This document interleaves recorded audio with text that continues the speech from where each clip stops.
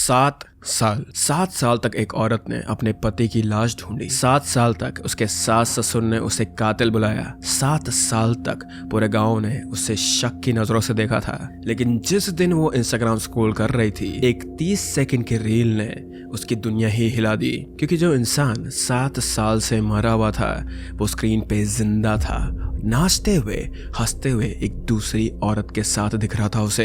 ये केस है शीलू का, एक औरत का जो पति की मर्डरर बन गई थी जब वो खुद जिंदा था और किसी और के साथ शादी करके सुख की जिंदगी जी रहा था। ये केस सिर्फ एक मिसिंग पर्सन केस नहीं है, ये एक औरत की जिंदगी से खेला गया सबसे बड़ा धोखा है।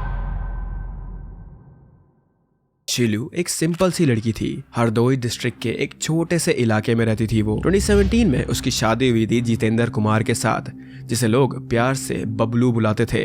शादी के वक्त शीलू के सपने वही थे जो हर लड़की के होते हैं, एक छोटा सा घर हो, एक प्यारा सा परिवार हो और जिंदगी भर का एक साथ। 2018 में जब उनका बेटा पैदा हुआ था तो शीलू को लगा कि उसकी जिंदगी कंप्लीट हो गई है, लेकिन तकदीर ने कुछ और ही सोचा था उसके लिए। जिस दिन से उसका बेटा दुनिया में आया, उसके पति ने उस दुनिया से जाने की प्लानिंग शुरू कर दी थी। लेकिन ये प्लानिंग किसी एक्सीडेंट या बीमारी की नहीं थी, ये प्लानिंग थी एक कैलकुलेटेड डिसअपीयरेंस की, एक ऐसी डिसअपीयरेंस जिसमें शीलू को फंस जाना था और उसके ऊपर एक मर्डर का इल्जाम लगना था। शीलू एक मिडिल क्लास फैमिली से थी, पढ़ी लिखी नहीं थी बहुत ज्यादा वो, लेकिन समझदार थी वो बहुत ज्यादा। शादी के बाद वो अपने पति के साथ रहने लगी थी, लेकिन शुरू से ही उसके रिश्ते में दरार आना शुरू हो गया था। जितेंद्र और उसके परिवार ने डाउरी की डिमांड शुरू कर दी थी। गोल्ड चेन्स, रिंग्स और पैसा। डिमांड्स उन लोग की ज्यादा बढ़ती गई। जब शीलू के घर वाले पूरी डिमांड पूरी नहीं कर पाए तो जितेंद्र का बिहेवियर बदलने लगा था। वो अब्यूजिव हो गया था, मारता पीटता था उसे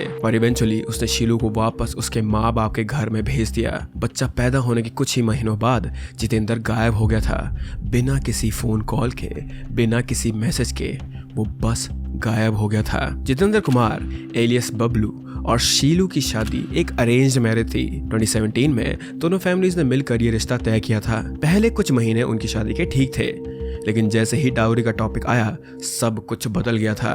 जितेंद्र ने अपना असली चेहरा तब दिखाया था। वो चाहता था पैसे, गोल्ड, और जब उसकी डिमांड्स पूरी नहीं हुई तब उसने शीलू को मेंटली और फिजिकली टॉर्चर करना शुरू कर दिया था। ये टिपिकल केस था डाउरी हरासमेंट का, जो इंडिया में हजारों औरतों के साथ होता है। लेकिन शीलू का केस थोड़ा सा अलग था क्योंकि यहाँ कल्प्रिट ने खुद को विक्टिम बना दिया था। जितेंद्र के गायब होने के बाद उसका पूरा परिवार शीलू के खिलाफ हो गया।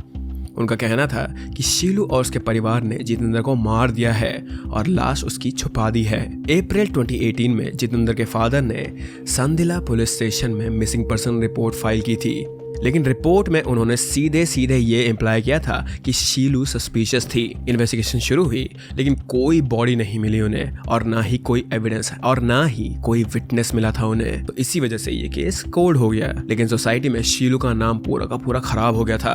लोग उसे कातिल बुलाने लगे थे, उसके घर वालों को शक की नजरों से देखने लगे थे और वो अकेली रह गई थी अपने छोटे से बच्चे के साथ। जितेंद्र कुमार उर्फ बबलू उम्र में लगभग 30 से 35 ईयर्स ओल्ड था। हरदोई से बिलोंग करता था वो, और वो चाहता था एक अलग जिंदगी जहां ना डाउरी का झंझट हो और ना पुरानी वाइफ का बोझ हो और ना ही कोई बच्चे की जिम्मेदारी। तो उसने सोचा कि क्यों ना मैं गायब हो जाऊं, क्यों ना मैं अपनी ही डेथ को फेक कर लूं, और सबसे बड़ी चीज उसने ये सोचा कि क्यों ना मैं अपनी ही वाइफ को अपना मर्डरर बना दूं। जितेंद्र एक कैलकुलेटेड इंसान था। उसने अपनी डिसअपीयरेंस को प्लान किया। शायद पहले से ही उसकी किसी और लड़की से बात चल रही थी लुधियाना में, या फिर गायब होने के बाद उसने वहां एक नया रिश्ता बना लिया था। We don't know the exact detail about this info, लेकिन एक बात कंफर्म है, वो लुधियाना में एक क्लोथिंग फैक्ट्री में काम करने लगा था और वहां उसने दूसरी शादी भी कर ली थी।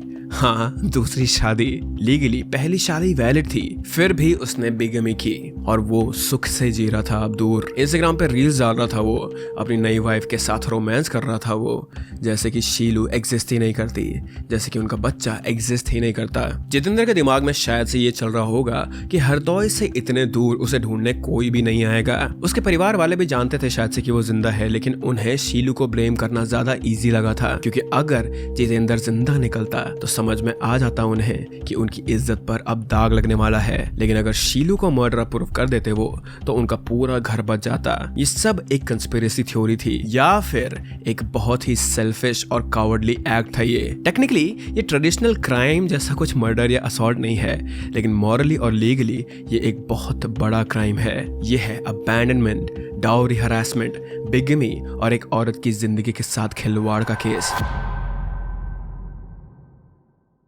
2018 में जब शीलू का बेटा कुछ महीनों का था तो जितेंद्र एक दिन घर से निकला और वापस कभी नहीं आया।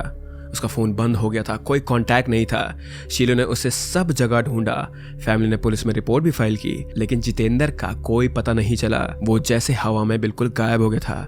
और उसके बाद शुरू हुई शीलू की असली ट्रेजेडी। जितेंद्र के पूरे परिवार ने शीलू के परिवार को इतना ज्यादा टॉर्चर करा कि एक पॉइंट पर वो कुछ बहुत गलत सोच रहे थे। लेकिन शीलू के लिए ये केस खत्म नहीं हुआ था। उसकी जिंदगी एक लिविंग नाइटमेयर बन गई थी। वो सिंगल मदर बन गई थी, लेकिन लीगली वो विडो नहीं थी, क्योंकि उसके पति की बॉडी नहीं मिली थी। वो डिवोर्स भी नहीं कर सकती थी, क्योंकि डिवोर्स नहीं हुआ था उनका। वो एक लिम्बो में फंस गई थी, फाइनेंशियली स्ट्रगल भी कर रही थी। वो इमोशनली वो टूट गई थी। सोसाइटी ने उसको एक आउटकास्ट बना दिया था। उसके बच्चे को एक मर्डरर का बच्चा बोला जाता था।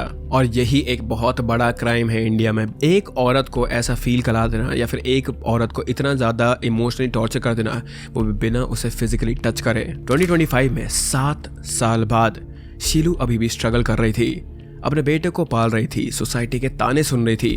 लेकिन एक दिन जब वो कैजुअली इंस्टाग्राम पर स्क्रॉल कर रही थी तो उसकी जिंदगी फिर से बदल गई। एक रील, बस एक 30 सेकंड की रील लुधियाना से, और उस रील में एक आदमी दिख रहा था जो बहुत फेमिलियर लग रहा था उसे। शीलू ने रील को फिर से देखा और फिर से देखा, और तब उसका दिल धड़कना बंद हो गया था। वो आदमी जितेंद्र ही था, उसका अपना पति।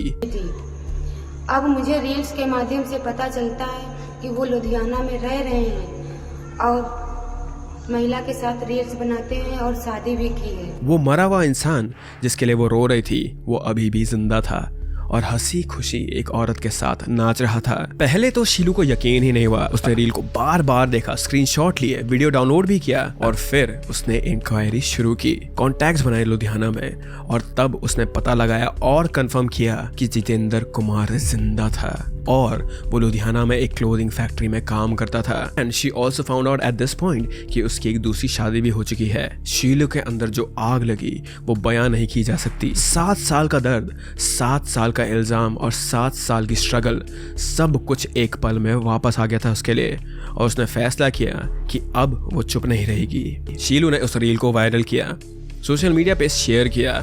लोगों ने वीडियो देखी और शॉक्ड रह गए थे वो लोग। कौन है ये आदमी जो अपनी वाइफ और बच्चे को छोड़कर दूसरी शादी करके मजे कर रहा था? और फिर शीलू ने पुलिस में फॉर्मल कंप्लेंट फाइल की। हरदोई पुलिस एक्शन में आ गई।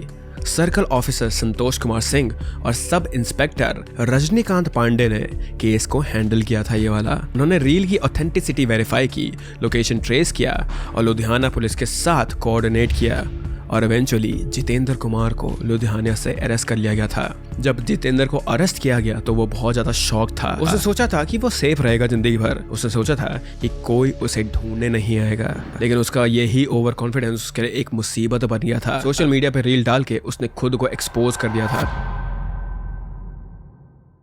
जितेंद्र को सेक्शन 82 ऑफ BNS के अंडर बिगमी के लिए अरेस्ट किया गया।